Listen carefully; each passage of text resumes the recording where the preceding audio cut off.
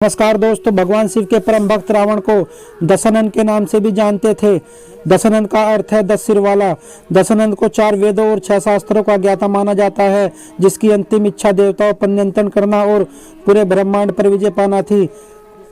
दोस्तों, रामायण में आप रावण की पत्नी को तो जानते ही होंगे, जिसने रावण को कई अनैतिक कार्य करने से रोका था। माना जाता है कि मंदोदरी एक ज्ञानी स्त्री थी, जिसको रामायण के युद्ध के परिणाम के बारे में पता था।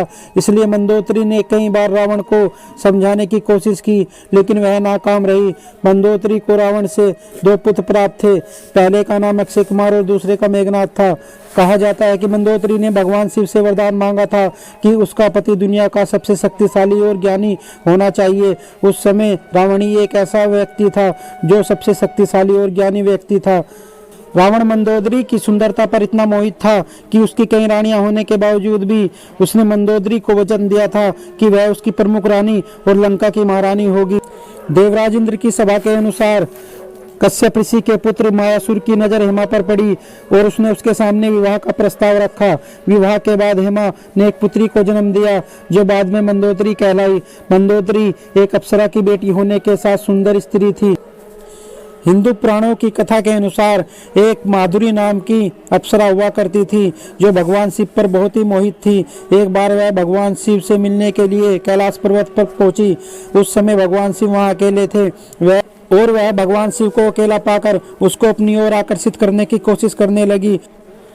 उसके बाद वहां माता पार्वती आई तो उसने भगवान शिव की भस्म माधुरी के शरीर पर लगी देखी तो माता पार्वती क्रोध में आ गई और उसने अप्सरा को श्राप दे दिया, अगले 12 वर्ष तक तुम मेनकी का जीवन व्यतीत करोगी। माता पार्वती का क्रोध और श्राप देखकर मधुरा डर गई और उसने हाथ जोड़कर पार्वती के सामने विनती करने लगी। अप्सरा पर माता पार्वती को दया आ गई और माता पार्वती ने सही समय आने पर तुम फिर से स्त्री का रूप ले लोगी, यह कह दिया। जैसा कि माता पार्वती ने श्राप दिया था, अप्सरा उसी समय वहां मेंढकी बन गई, जिसके बाद वह पृथ्वी पर भ्रमण करने लगी। एक दिन जब वह पृथ्वी पर एक जगह से दूसरी जगह टहल रही थी, तब उसके पीछे सांप पड़ गया। उससे जान बचाने के लिए मेंढकी सप्तऋषि के आश्रम में पहुंच गई और वह कूदकर खीर के बर्तन के एक छोर पर बैठ गई। सांप उसके पीछे था। जब मेंढकी एक छोर से दूसरे छोर पर कूदी तो सांप ने भी छलांग लगाई और वह खीर के बर्तन में गिर गया, जिससे वह वहीं मर गया। अब मेंढकी को यह बात सताने लगी कि ऋषियों और वह खीर के बर्तन के पास बैठ गई और ऋषियों का इंतजार करने लगी। जैसे ही ऋषि वहां आए, मेंढकी खीर के बर्तन में कूद गई। जब ऋषियों ने मेंढकी को खीर के बर्तन में कूदते हुए देख लिया और उन्होंने कहा, अब यह खीर खाने योग्य नहीं है। ऋषियों ने उस खीर को वहीं फैला दिया।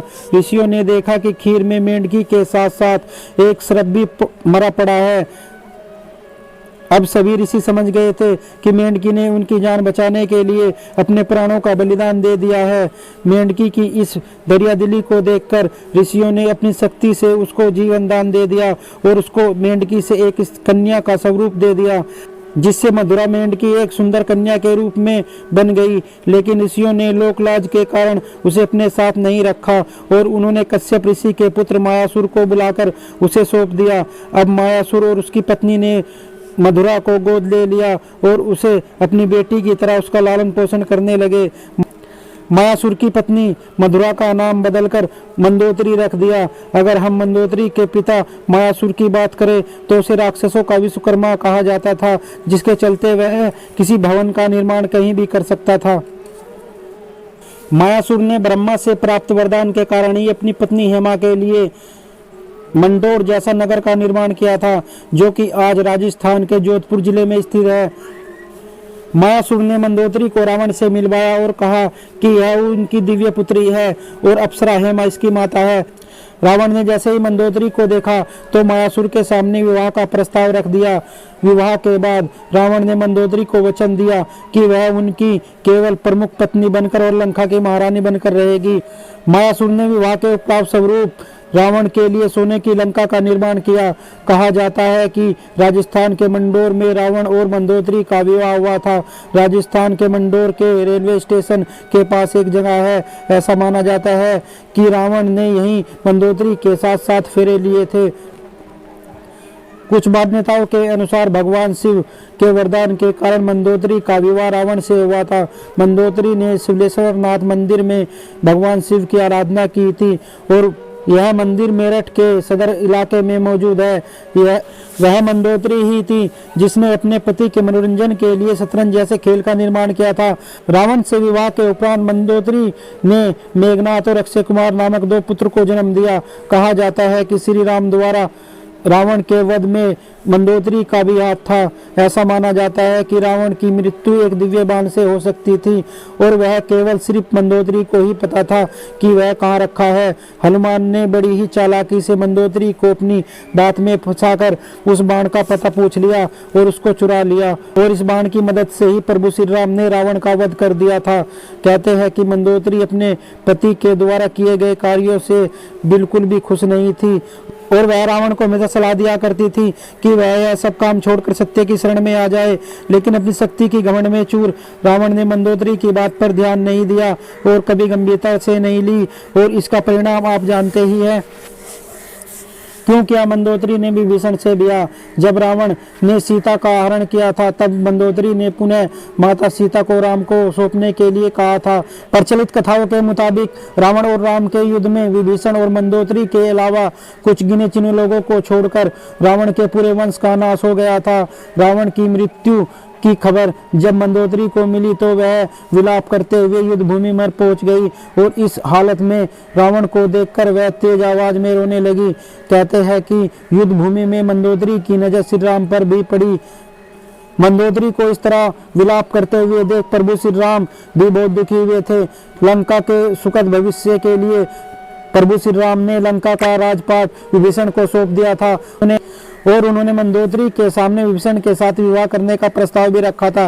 लेकिन उस समय मंदोदरी ने मना कर दिया और उसने अपने आप को एक कमरे में बंद कर लिया। जिसके पश्चात प्रभु श्री राम अपनी पत्नी और भाई लक्ष्मण के साथ अयोध्या वापस लौट गए। वहीं मंदोदरी ने रावण की मृत्यु के बाद अपने आप को लंका के एक कमरे में बंद कर लिया था और बहुत समय तक मंदोदरी उसी कमरे में कैद रही। उसके बाद वह कमरे से बाहर निकली और उसने विभीषण से विवाह कर लिया।